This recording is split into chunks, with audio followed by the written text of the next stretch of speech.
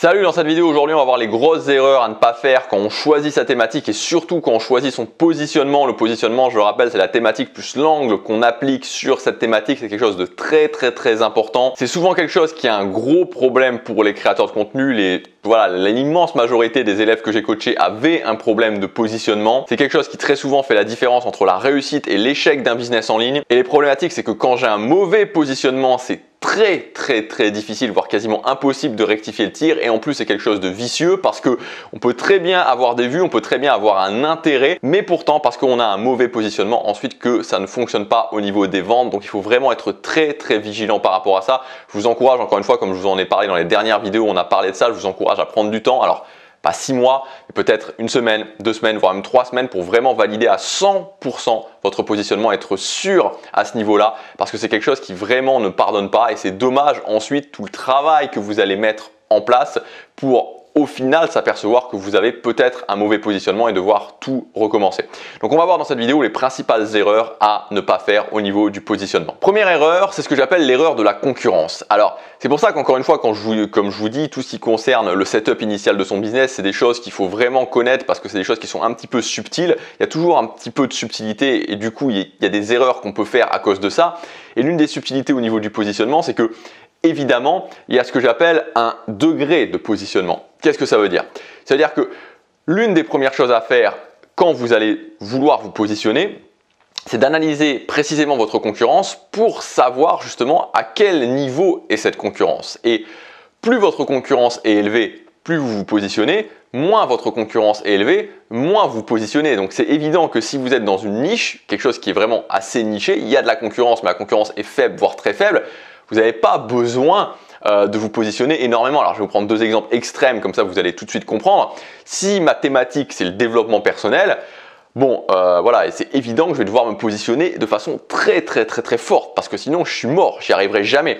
Maintenant, si ma thématique c'est le banjo, il ne va pas y avoir besoin de me positionner énormément si ma thématique c'est le banjo, parce qu'à mon avis, il ne doit pas y avoir beaucoup plus qu'une ou deux personnes dans le domaine francophone, peut-être 3 ou 4, qui parlent de banjo et qui parlent de banjo en mode business en ligne.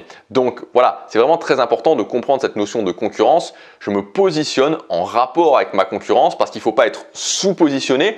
Il ne faut pas non plus être surpositionné. Deuxième erreur au niveau du positionnement, c'est ce que j'appelle le faux positionnement. Donc le faux positionnement, en fait, c'est souvent une idée, une phrase, voire même quelques valeurs qu'on va prendre et on va penser que c'est un positionnement. Donc je vous donne un exemple, j'aide les gens à prendre le contrôle de leur mental, c'est pas un positionnement. Voilà. J'aide les gens à prendre le contrôle de leur mental, j'aide les gens à avoir plus confiance en eux, ce n'est pas un positionnement. Donc il faut vraiment faire attention qu'un positionnement, c'est vraiment quelque chose de très spécifique. C'est pas juste j'aide les gens à prendre leur contrôle de leur mental, ou j'aide les gens à travailler sur leur estime d'eux, ou j'aide les gens à avoir plus confiance en eux, tout ça c'est pas des positionnements. C'est pas quelque chose où vraiment on sait directement vers quoi on va. Troisième erreur, c'est le fait d'être positionné, mais d'être positionné sur quelque chose où les gens ne sont pas prêts à dépenser de l'argent. Donc techniquement, ça normalement, si vous avez suivi les vidéos et notamment la vidéo que j'ai fait, si je dis pas de bêtises, jeudi, où je vous détaille justement comment on choisit une thématique rentable, si vous avez suivi cette vidéo, techniquement ça ne devrait pas vous arriver. Parce que là, le problème c'est qu'en fait, on n'a pas fait les choses dans le bon ordre et on s'est positionné en ne respectant pas les premières étapes. Et les premières étapes, si vous avez vu la vidéo de jeudi, la toute première étape, on l'a vu, c'est de bien valider qu'il y ait un marché. Donc là, on peut se retrouver dans des situations où si par exemple, je sais pas, moi je suis positionné sur la plomberie, sur un domaine spécifique dans la plomberie en termes de business en ligne, je suis pas certain qu'il y ait un marché, c'est-à-dire que je suis pas sûr que les gens vont être prêts à dépenser de l'argent pour de la plomberie, c'est-à-dire que les gens vont avoir un intérêt, c'est-à-dire qu'ils vont avoir un intérêt pour éventuellement regarder des tutoriaux sur internet pour le faire eux-mêmes, mais s'ils doivent dépenser de l'argent, c'est-à-dire que s'ils doivent dépenser 50 ou 60 ou 70 euros dans une formation, à mon avis, ils vont plutôt appeler un plombier. Donc voilà, il faut vraiment faire attention. Là, je vous donne un exemple. Voilà, c'est un exemple qui est assez évident, mais parfois ça peut être moins évident. Donc il faut faire attention de ne pas se positionner sur quelque chose qui n'a pas de marché, qui n'a pas de potentiel économique. Et donc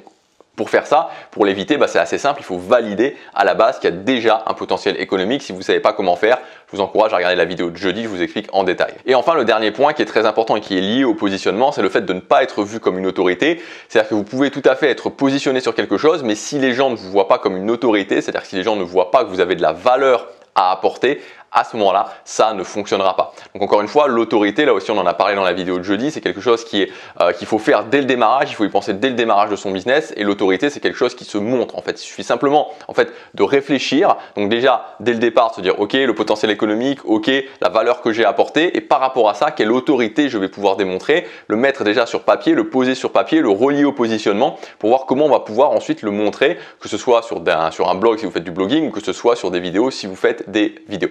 Voilà, j'espère sincèrement que cette semaine sur la thématique, le positionnement, l'autorité, bref, tous ces domaines très très importants quand on lance son business en ligne vous aura permis d'y voir plus clair, vous aura aidé. Maintenant, c'est le dernier jour si vous voulez accéder à ma formation. On fait tout ça ensemble. On fait vraiment tout le processus que je fais faire à mes élèves en coaching privé. Donc voilà, vous allez pouvoir accéder à ce processus. Ça s'appelle Thématique Rentable. C'est le premier lien dans la description. Vous allez passer par toute une série d'exercices pour à la fin être sûr que vous ayez à la fois votre thématique, votre positionnement, votre autorité, donc tout le setup initial de votre business soit fait et que vous l'ayez validé à 100%, que vous soyez sûr que ce soit une thématique rentable. Voilà, premier lien dans la description si vous voulez, vous pouvez tout simplement cliquer pour voir le programme. Il y a le programme complet, toutes les étapes qu'on fait ensemble dans le premier lien dans la description. Je vous dis à tout de suite dans la formation si vous investissez sur vous. À demain dans tous les cas pour la prochaine vidéo. Passez à l'action, chaque jour compte.